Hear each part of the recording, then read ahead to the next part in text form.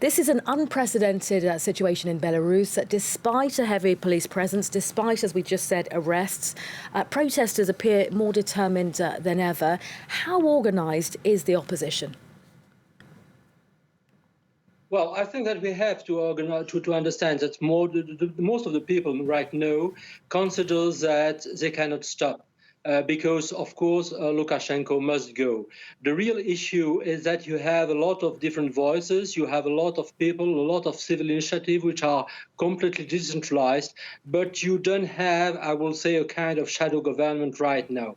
And I think that's one of the weaknesses of the opposition, because I think that the opposition must structure itself in order to gain audience and to present itself as a trustable and immediate alternative to President Lukashenko. I think that's one of the true challenge for the opposition, and especially you know that most of the people who were in fact the winners of the election, because Lukashenko was not, do not want really to structure this opposition. I think that's something that they really must do right now.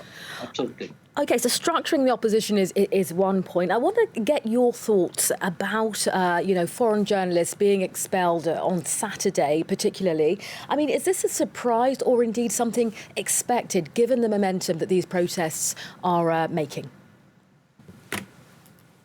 No, it's not a surprise at all, unfortunately, because what we are witnessing since 1 week and even since the beginning of the protest is that Lukashenko has shown his willingness to repress the opposition. You know that many people, including the people who were demonstrating, have been arrested.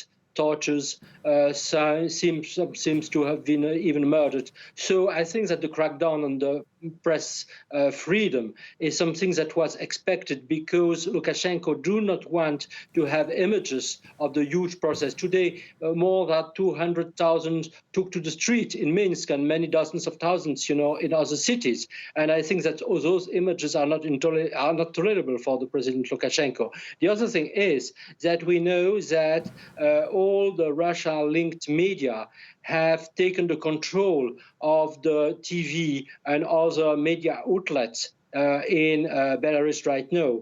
It shows that there is a willingness from the Kremlin also to control the situations and not to have the spreading of the narratives that are favorable to the opposition. And I think that's really a source of concern. A source of concern, you say. Let's stay with the Kremlin, because ultimately they've expressed very clear support for Belarus. How far can we expect the Kremlin's support to go? Could we see, military intervention? Could we see police assistance being given by Russia?